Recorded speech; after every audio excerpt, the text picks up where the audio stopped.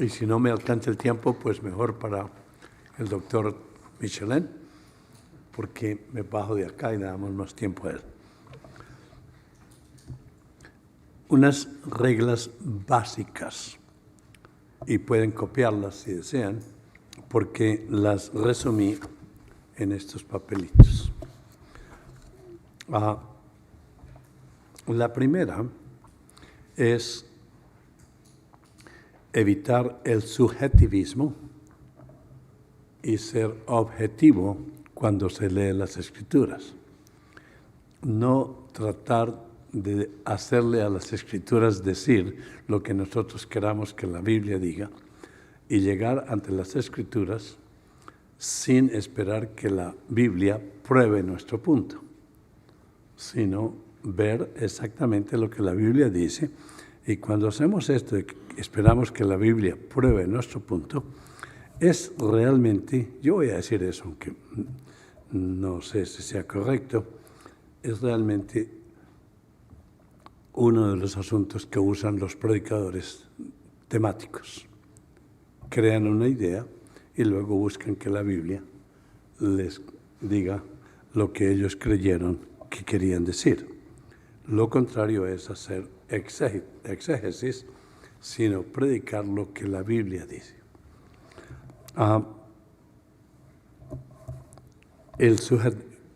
Leer la Biblia completa, como lee cualquier otro libro, si es que va a interpretar, porque la Biblia eventualmente explica la misma Biblia, pero si no se sabe el punto global, el mensaje global de la Biblia, va a ser más difícil hacer interpretación privada. Por ejemplo, cuando está hablando de los Levíticos y luego llega al libro de Hebreos. En el libro de Hebreos le explica quiénes eran los sacerdotes y dije antes que los sacerdotes de hombres, sumos sacerdotes de hombres, dejaron de existir y están eliminados 42 veces en el libro de los Hebreos. Eso no quiere decir que no seamos sacerdotes reales para presentar el Evangelio a cuanta gente quiera, para traerlos al reino.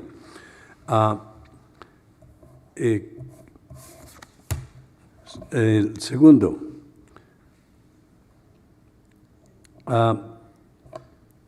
se necesita que el maestro, el que interprete la Biblia, tenga educación. Como decía el doctor Burt, tenemos que pararnos sobre los hombros que ya han pasado toda su vida estudiando e interpretando la Biblia. La pregunta es si la Biblia se interpreta literalmente. Y la respuesta es sí y no. Sí, de acuerdo con el género en que está escrito, de acuerdo con el contexto, de acuerdo con las reglas de hermenéutica. Hermenéutica lleva el nombre de un dios pagano, Hermes, que era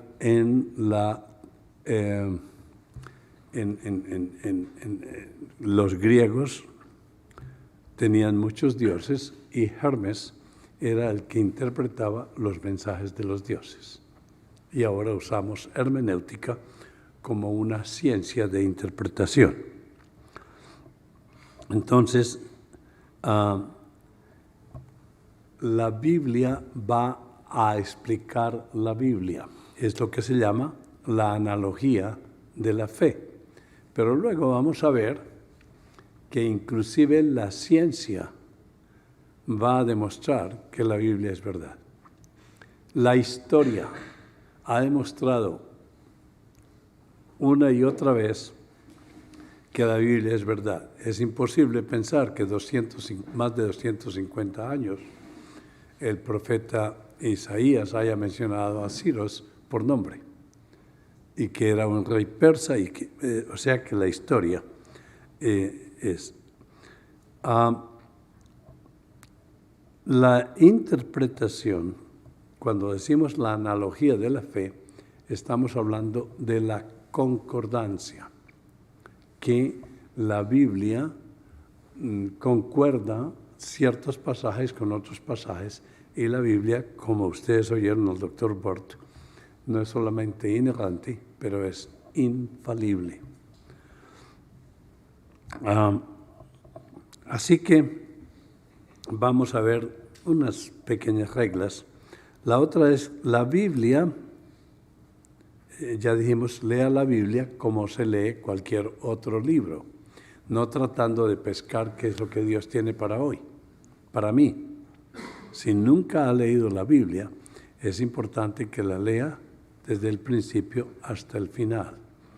Es importante que lea libros en una vez que se sienta, una sola vez, que tome su tiempo para entender perfectamente lo que cada libro dice, pero si se para al púlpito, yo creo, alguien nos dijo que el pastor debería haber leído la Biblia por lo menos 3 veces mínimo y haberla estudiado por completo una vez. Porque Dios no nos manda a leer la Biblia, nos manda a estudiar la Biblia.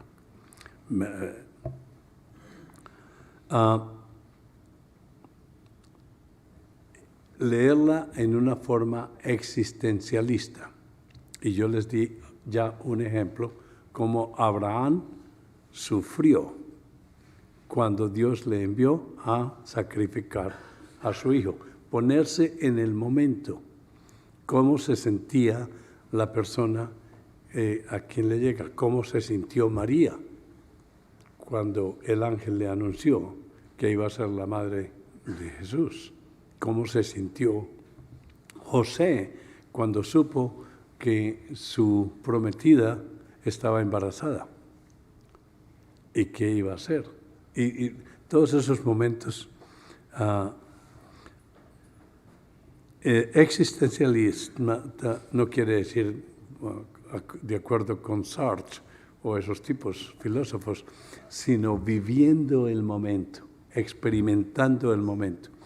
Y a propósito, amados, los que predican esto es muy importante, porque deben predicar haciendo sentir a los que escuchan en ese momento, que están allá. Las partes narrativas históricas deben interpretarse en una forma didáctica, ¿sí?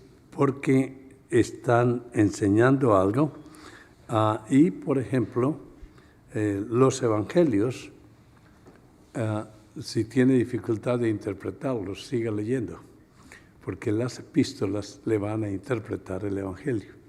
Ya hicimos un análisis en esta semana sobre el libro de Romanos y cómo el libro de Romanos nos mostró claramente el evangelio. Así que la interpretación debe tener una orden también y hay que tener cuidado de cuidarse de no hacer doctrina de un solo versículo o no hacer doctrina de fuera de contexto. Pero bueno. Tiene que cuidarse de las inferencias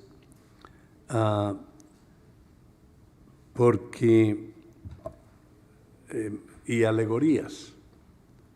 Alegorías es cuando se trata de interpretar algo en la Biblia que la Biblia no está diciendo en absoluto. No sé cómo explicarles, pero para hacerlo bien simple, algunos predican que David tenía 5 piedras y luego hacen un análisis de qué significa cada piedra. Ese pastor está perdiendo su tiempo. Eso no es lo que dice. Eso es sumamente peligroso. Cuarto, si tiene dificultad de entender algo, trate de buscar que ese algo que no entendió está explícito en otras partes de la Biblia. Así que lo explícito explica lo implícito. Y si hay algo que realmente no entiende, como la Trinidad, como por qué Dios elige a unos y no a otros, puede suceder que usted tenga que referirse a Deuteronomio 29:29. ¿Qué dice Deuteronomio 29? La cosa secreta pertenece a Dios, mas la revelada a nosotros. Ok. Así que lo explícito explica lo implícito. Tengo varios ejemplos, pero no quiero usar mucho tiempo. Es importante determinar claramente el significado de las palabras, porque de tal manera amó Dios al mundo que envió a su Hijo unigénito para que todo aquel que en Él cree no se pierda, mas tenga vida eterna. Si interpretamos, el mundo tiene fácilmente más de 6 significados. Si interpretamos el mundo como todos en todo el mundo, hay un peligro grande, que entonces es universalismo, todos se van a salvar, y negaría completamente el resto de las Escrituras. Dios hace lo bueno y lo malo. ¿Qué opinan de eso? Sí, pero Dios no hace nada malo. Entonces hay que interpretar lo que significa la palabra mala. Para nosotros significa algo que nos causa tristeza. Pero lo peor que Dios o que ha sucedido en el mundo es el crimen de matar al Hijo de Dios. Pero sin ese crimen, ninguno de nosotros tendríamos esperanza de ir al cielo. O sea que a la larga fue algo bueno. Sí, cosas así. Una palabra que le costó a Martín Lutero mucho fue justicia, la justicia de Dios, porque él creía que no se podía mover en ningún momento a la derecha o izquierda porque Dios, que era cruel, lo estaba mirando para castigarlo con justicia. Y no hasta que leyó otro autor, creo que fue Agostino, que él descubrió que esa justicia no era justicia de castigo, sino justificación. ¿Sí? Entonces, una palabra puede destruir completamente, y si alguien dice, no, eso es lo que significa justicia, justicia tiene también más de 5 interpretaciones teológicas. O sea que tenemos que tener cuidado con la lexicografía, la etimología de las palabras, el uso común de las palabras comparado con otros usos. Pero punto número 5 es tener mucho cuidado con lo que significan las palabras.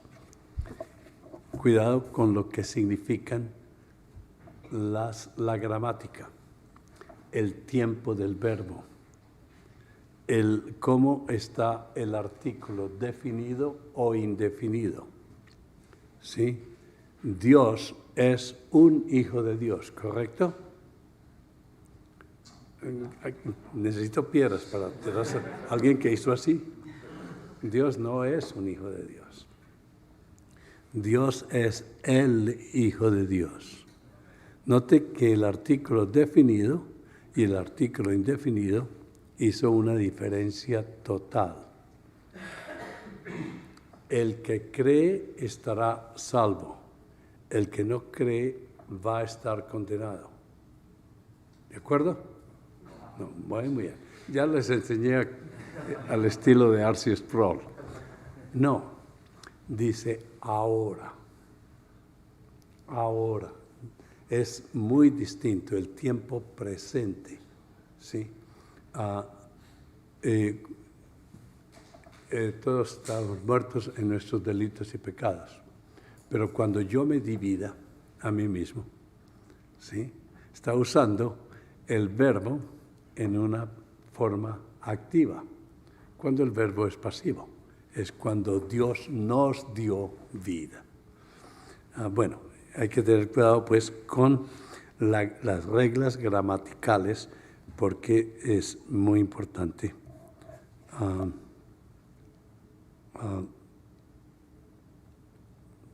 Esto ya lo vimos. Pasamos al tercero. Vamos bien, ya casi terminamos. Bueno, tengo varios ejemplos, pero ya ustedes adquirieron la idea. La presencia del paralelismo y de la literatura hebrea. ¿Cómo funcionan? Que algunas gentes creen que hay contradicción en la Escritura. En la Escritura no hay contradicción. Cuidado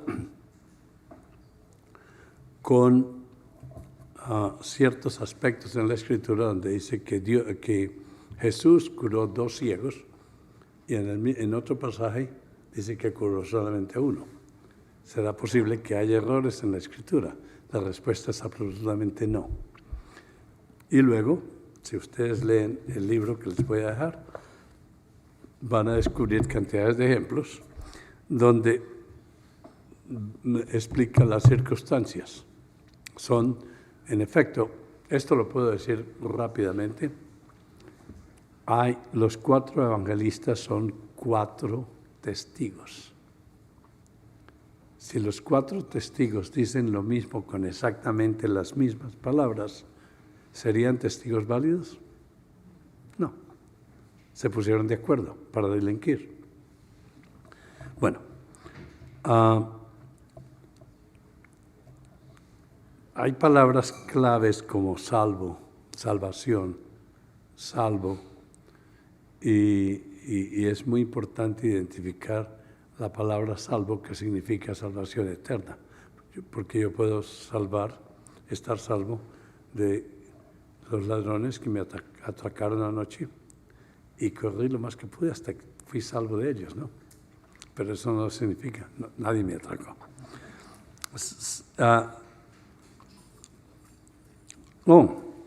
Estábamos 6, en la presencia de los paralelismos en la literatura hebrea. Pero también el conocimiento básico de algunas de las lenguas antiguas. Que hay cosas en las lenguas antiguas que se dicen con una sola palabra, pero no se pueden decir lo mismo con en español o en inglés o en las lenguas corrientes. Entonces, una persona que vaya a interpretar para enseñar, si aparte de tratar de hacer su propia interpretación, como es para la predicación, la preparación para la predicación, ciertamente una vez que ha hecho su preparación, va a leer comentarios, va a pararse. Me gustó lo que dijo el doctor Burt, pararse sobre los hombros de los que ya han estudiado. Séptimo, hacer una clara diferencia entre los proverbios y la ley. Unos son mandamientos, otros no lo son. 8, hacer la diferencia entre el espíritu y la letra. Y tener cuidado que ambos nos pueden llevar a ambos extremos. Uno puede ser legalista y el otro puede ser antinominiano. Entonces, cuando lo está analizando, pues debe tener mucho cuidado.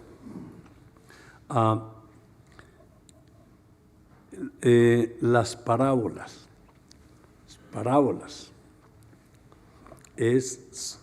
Hay que tener mucho cuidado cuando se usan las parábolas y buscar en las parábolas la idea básica, central, y no quedarse en la periferia o en las palabras periféricas, y nunca pensar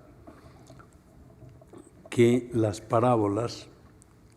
con las parábolas es posible, es más fácil presentar el Evangelio y que alguien se salve, porque Jesús dijo en Marcos 4, ¿no es verdad?, que usa ciertas parábolas, ¿para qué? Para que no entiendan. 10. Hay que tener cuidado con el Apocalipsis y con las profecías predictivas.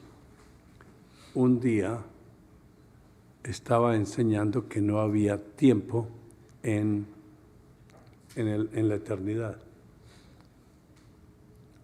Y no me había dado cuenta que alguien estaba ahí que sabía mucho más que yo, y comenzó a hacer así. Y lo miré y era R.C. Sproul. Y me dijo, mataste el cielo y mataste el infierno. Ya no hay sentido para ir al cielo. Si todo es estático allá y siempre es lo mismo, entonces, eso me lo dijo en privado, obviamente. Pero y me dijo, Noé, te recomiendo que no hagas doctrina del Apocalipsis. Con mucho cuidado. Esto no quiere decir que no se pueda, pero hay que seguir reglas básicas.